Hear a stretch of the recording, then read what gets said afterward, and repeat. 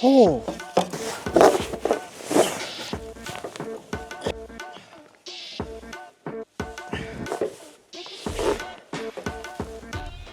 Okay, define easy. Hello, and welcome to the Wham Provides, where the food from plants and animals keeps us satisfied. We can grow it, find it, or catch it for dinner. Come and learn how to get it from a pro to beginner.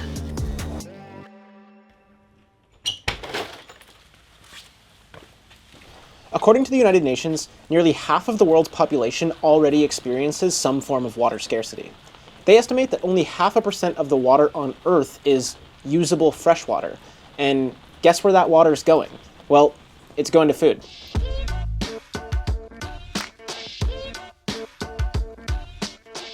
A staggering 70% of the fresh water that we use as humans is put towards agriculture. 70%! The UN says that it takes between 2,000 to 5,000 liters of water to produce a person's daily food. Absurd, right? Well, that stat is even more absurd when you look to gardening as an alternative to industrial agriculture. Last year, my garden, which we subsisted mostly off of for 6 months, required about 37 liters of water per week, or 5.4 liters per day. That means that simply by growing my own food, that I saved the planet like 500 times more fresh water than if I had bought those same veggies at the grocery store. I will say that there's one pretty important caveat here, and that's that I live on the Pacific coast of Canada, which gets a ton of precipitation.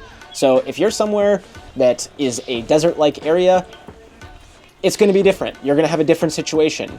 You're not as fortunate from a water standpoint.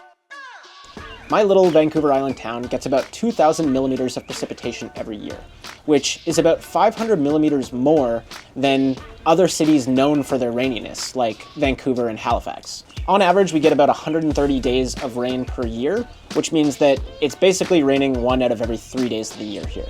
But on the flip side, during the summer months, we do have one of the warmest and driest climates on the British Columbia coast, with our valley routinely clocking in as the hottest place in Canada throughout the summer months.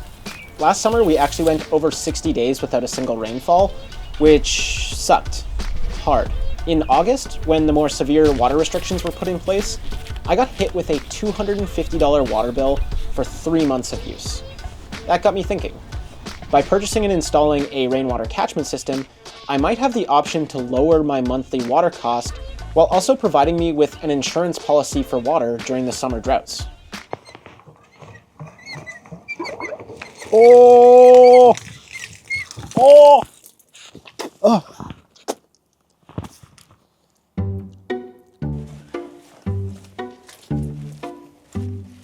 That's gushy. I don't know if the camera can pick that gush up, so.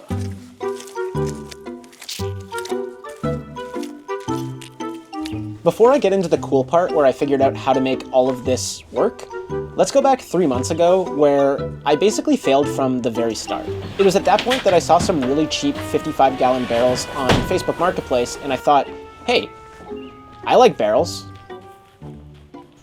All I know is that I wanted barrels, and when I got them, I wanted to fill them right away. So, fill them I did.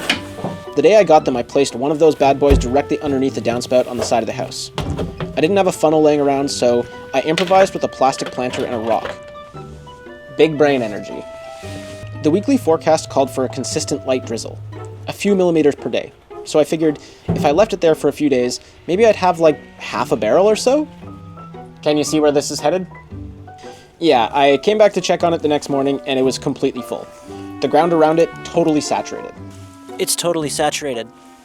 I don't know if you can see me. It's Let me just preface this next bit by clarifying just how insanely heavy these barrels are. 190 kilograms. Something that clearly didn't register with me when the first drum filled overnight. Instead of interpreting it as a problem and garnering something insightful from the situation, I got excited and moved a second barrel underneath the spout. Second barrel, second mistake. So now I've got 3 of these things, and it's February, so none of my plants need water. So yeah, let's start from scratch.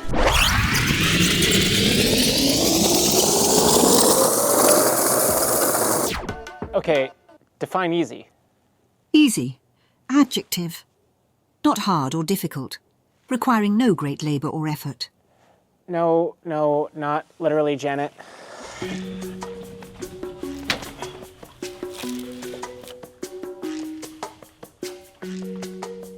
All right, I poured all that water out. I'm gonna put it back in. It's just, I need to be able to work on those barrels before I put some water back in. So plan right now is build a little platform. I want a 3-tiered setup so that each barrel is slightly higher than the previous one so that the water kind of naturally flows using gravity.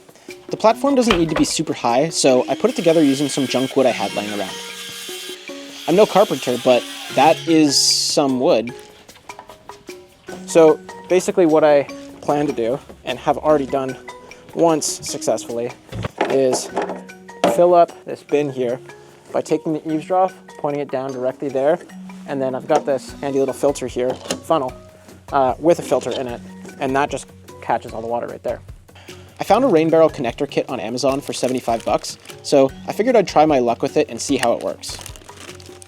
I'll leave a link to it in the description for anyone who wants to recreate the build, but I'll note a caveat.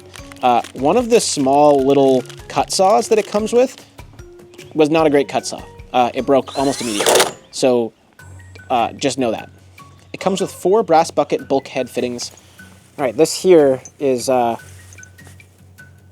doohickey, 2 stainless steel hoses, 1 float ball valve, 1 spare valve, and 2 cut saws. Before making this kit, I had no idea what any of those words meant. The installation process was pretty straightforward. Holy, what do I do? I think I know what to do. Mike, why do you make everything look so easy? I'll take my plumbing Red Seal certification now, please. So this is the screw that is meant to connect that doohickey, like the receptacle. I'm not even going to try to explain what it is. It normally has this little screw in the middle to kind of anchor it in place, and then the outside part screws in second, but it's like anchored in place by the center one. Without the anchor, this thing just starts chewing up and spinning in all these different directions. Ooh. Whoa! Fucking A. Fucking what? Fucking. That's not gonna work. Huh. It just occurred to me that I can't actually take the lid off of these. So how am I gonna get inside to stick my arm in and screw on the inside part? Huh. Do you have any children with small arms that I could borrow for a project? Trust me, they'll be safe. Alrighty. I had an idea last night.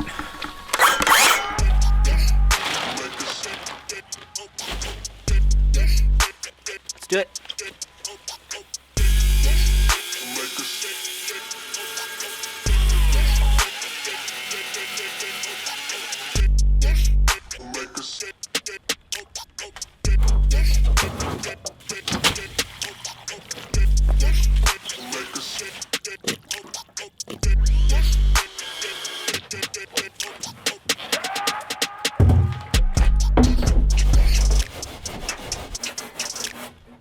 All right, I'm back for what is hopefully the third and final installment of me trying to work on these things.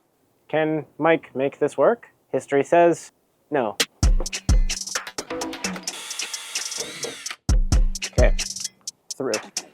Sick.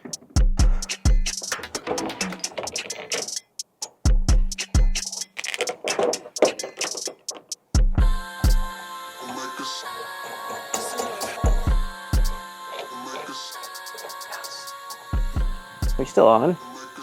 Are you still engaged? Are you not engaged? You know, it's looking pretty good, but I think I need some caulk. If you've got a hole that needs to be filled, why not just grab some white caulk and fill it? Quick Seal.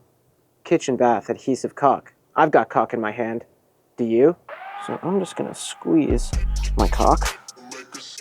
I haven't used it in a while, so really gotta squeeze it good so you get your caulk primed. All right, use that a little. This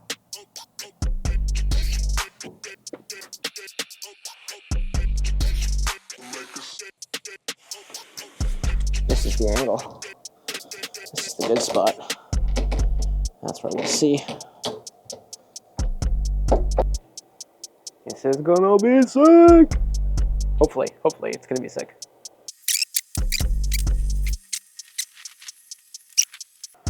Come on. It's edging right now, guys, it's edging. 5, 4, 3, 2, 1.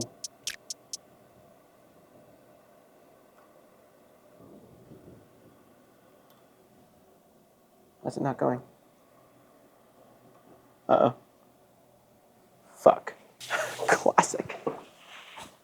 Oh! It is going? It's because of the angle of the water bin. This point right here is higher than the water line. I'm gonna have to put something on the back side of this to tilt it on an angle so that that side is higher up, pushing the water down this way.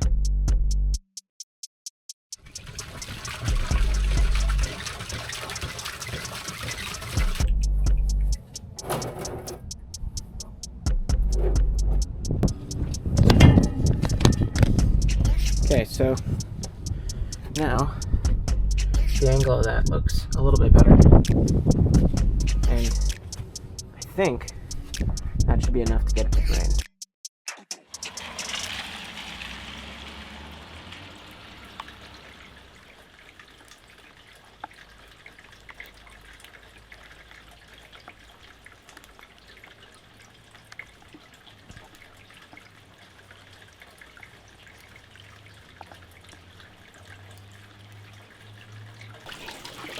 Success here. It's not overflowing either, which means it must be going into here. Ooh. Oh! Yo! Well, it's not completely full, but it's half full, which is full enough for me to get this in here and start pumping out some water. There are a few different options that I could have chose for extracting the water, but I chose to go with the tried and true hand pump method. I've been doing it all my life. Eventually I want to irrigate the whole garden and have the option to run those lines off of these tanks. But for now, I'm just stoked to have a cheap source of fresh water that's readily available. And speaking of cheap, just how cheap is it? So I bought 3 barrels at 35 bucks a pop. That's $105. Then I bought the connector kit on Amazon for $75 and the pump for $50, putting us at $230 of total investment. Each barrel is 55 gallons or 208 liters. So for easy math, let's just say that they collectively hold 600 liters. If we divide $230 by 600 liters, that's 38 cents per liter. And that's just for the first filling. By the second filling, it's 19 cents. By the third filling, it's 10 cents. And by the fourth filling, it's about 4 cents. So how much will I save? Well, last summer I spent $250 on 6,240 liters of water. That works out to 4 cents per liter. That means I'm breaking even if I'm able to fill them 4 times over the summer months, but realistically I only need to fill them 3 times because they will be filled already from the spring. There are a ton of factors that will influence whether or not collecting rainwater is going to save you money. For example, every municipality is different and has varying costs for their water at different points and times in the year. Additionally, in many locales like mine, the cost per cubic liter actually increases once you go over a certain volume threshold. On top of that, most of us are primarily collecting water during the spring and fall months when the garden actually doesn't really have much need for that water because it's already getting the water from the sky. So you have to kind of make sure that when you're collecting it, that you're just storing it. On the bright side, I'll have them consistently filled throughout the spring and likely won't have to touch my hose until the summer. In looking at the average annual rainfall for my area, I should be able to fill them 2 times throughout the summer, 1 time in the spring, and 1 time in the fall. But when we're looking just at the dry months, I will have approximately 3 full tank uses during the summer dry months. That means that my initial $230 investment will be 3/4 paid off by year 1 and will actually be making me money or saving me money by year 2. But this build isn't only about saving money. Just like gardening isn't only about saving money. It's about having an insurance policy for my food. It's about food security in the era of climate disaster and supply chain instability. And hopefully it never comes to this, but one day it could be about survival. Having a fresh, regenerating source of potable water here on my property means that I don't have to leave for resources and fight a whole new horde of zombies during the apocalypse. But don't worry, because I also have a plan for that. Until next time, stay thirsty, my friends. Don't stay thirsty. The whole point of this video was to avoid not having water. So get water. Sorry.